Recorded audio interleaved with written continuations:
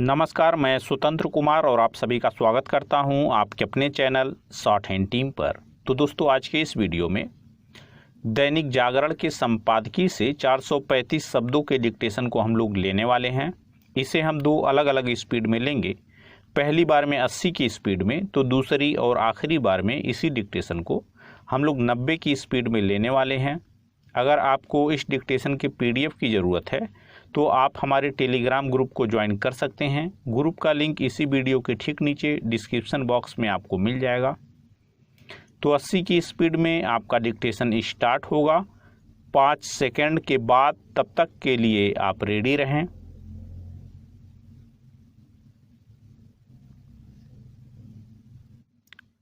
Start.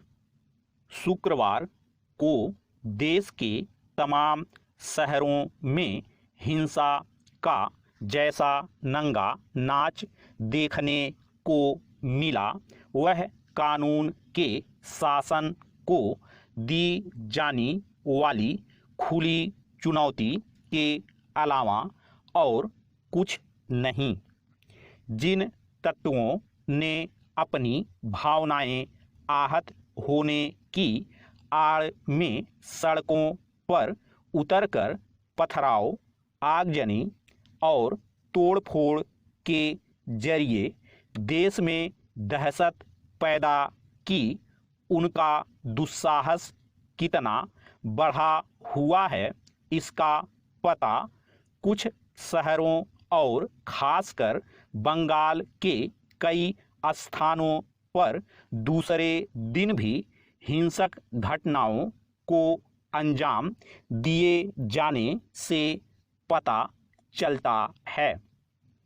निसंदेह कानून एवं व्यवस्था राज्यों का विषय है, लेकिन बीते 2 दिन की घटनाओं ने आंतरिक सुरक्षा के समक्ष गंभीर किस्म के नए खतरे पैदा करने के साथ जिस तरह देश की छवि को भी प्रभावित किया है, उसे देखते हुए केंद्र सरकार को भी सजगता और सख्ती का परिचय देना होगा।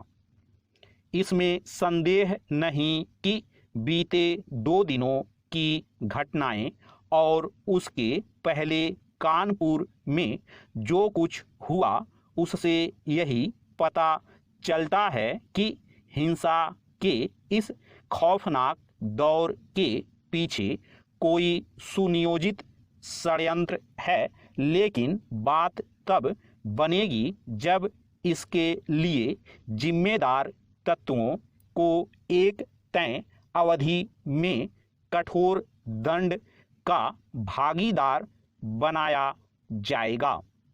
इसके लिए आवश्यक हो तो केंद्र को उन राज्यों को कठोर संदेश देना चाहिए जो उपद्रवियों के खिलाफ कठोर कार्रवाई करने के बजाय राजनीतिक रोटियां सेकने में लगे हुए हैं। इस सस्ती राजनीति से कुल मिलाकर अराजक तत्वों का मनोबल ही बढ़ रहा है। पैरा।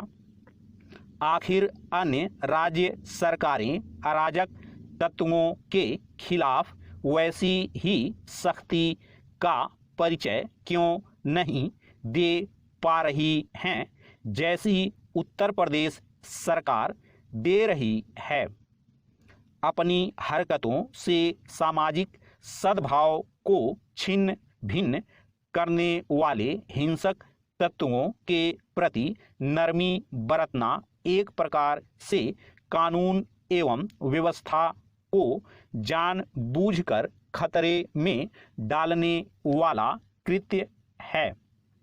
शुक्रवार को देश के विभिन्न हिस्सों में जो कुछ हुआ, वह कहीं ना कहीं उस अराजकता की अनदेखी का भी नतीजा है जो पहले नागरिकता संशोधन कानून और फिर कृषि कानूनों के विरोध के नाम पर की गई। यह खेद की बात है कि उस अराजकता के सामने शासन प्रशासन के साथ साथ न्यायपालिका ने भी ढुलमुल रवैया अपनाया। इसी कारण जहां लाखों लोगों की नाक में दम करने वाला शाहीन बाग का कुख्यात धरना करीब 3 महीने तक जारी रहा, वहीं किसान हित के बहाने लगभग 1 साल तक सड़कों पर कब्जा करके रखा गया।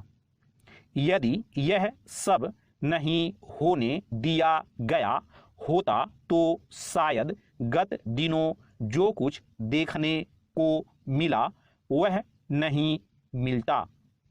किसी मामले में पुलिस प्रशासन या फिर सरकार की कार्रवाई से असहमत होना अलग बात है और असहमति दर्ज करने के बहाने उत्पात मचाना, आतंक पैदा करना अलग बात। स्टॉप। दोस्तों, इसी डिक्टेशन को दूसरी बार में हम लोग 90 की स्पीड में लेंगे और आपका डिक्टेशन स्टार्ट होगा 5 सेकंड के बाद। तब तक के लिए आप रेडी रहें।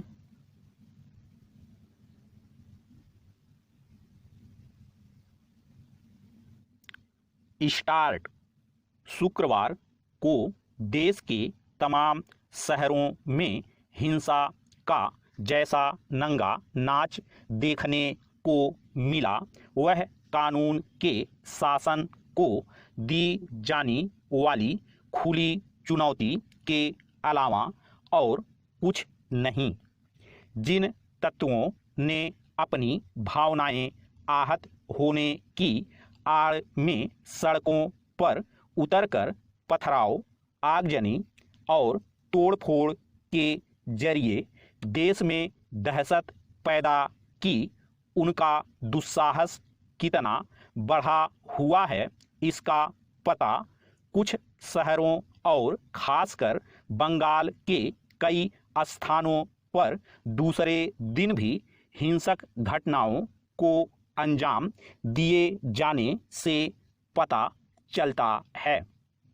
निसंदेह कानून एवं व्यवस्था राज्यों का विषय है, लेकिन बीते 2 दिन की घटनाओं ने आंतरिक सुरक्षा के समक्ष गंभीर किस्म के नए खतरे पैदा करने के साथ जिस तरह देश की छवि को भी प्रभावित किया है, उसे देखते हुए केंद्र सरकार को भी सजगता और सख्ती का परिचय देना होगा। इसमें संदेह नहीं कि बीते 2 दिनों की घटनाएं और उसके पहले कानपुर में जो कुछ हुआ उससे यही पता चलता है कि हिंसा के इस खौफनाक दौर के पीछे कोई सुनियोजित षड्यंत्र है, लेकिन बात तब बनेगी जब इसके लिए जिम्मेदार तत्वों को एक तय अवधि में कठोर दंड का भागीदार बनाया जाएगा। इसके लिए आवश्यक हो तो केंद्र को उन राज्यों को कठोर संदेश देना चाहिए जो उपद्रवियों के खिलाफ कठोर कार्रवाई करने के बजाय राजनीतिक रोटियां सेकने में लगे हुए हैं। इस सस्ती राजनीति से कुल मिलाकर अराजक तत्वों का मनोबल ही बढ़ रहा है। पैरा। आखिर अन्य राज्य सरकारें अराजक तत्वों के खिलाफ वैसी ही सख्ती का परिचय क्यों नहीं दे पा रही हैं जैसी उत्तर प्रदेश सरकार दे रही है।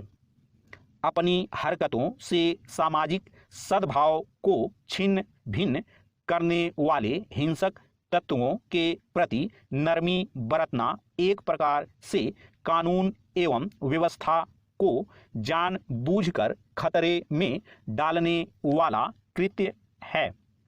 शुक्रवार को देश के विभिन्न हिस्सों में जो कुछ हुआ वह कहीं ना कहीं उस अराजकता की अनदेखी का भी नतीजा है जो पहले नागरिकता संशोधन कानून और फिर कृषि कानूनों के विरोध के नाम पर की गई। यह खेद की बात है कि उस अराजकता के सामने शासन प्रशासन के साथ साथ न्यायपालिका ने भी ढुलमुल रवैया अपनाया। इसी कारण जहां लाखों लोगों की नाक में दम करने वाला शाहीन बाग का कुख्यात धरना करीब 3 महीने तक जारी रहा, वहीं किसान हित के बहाने लगभग 1 साल तक सड़कों पर कब्जा करके रखा गया। यदि यह सब नहीं होने दिया गया होता तो शायद गत दिनों जो कुछ देखने को मिला वह नहीं मिलता। किसी मामले में पुलिस प्रशासन या फिर सरकार की कार्रवाई से असहमत होना अलग बात है और असहमति दर्ज करने के बहाने उत्पात मचाना, आतंक पैदा करना अलग बात। स्टॉप।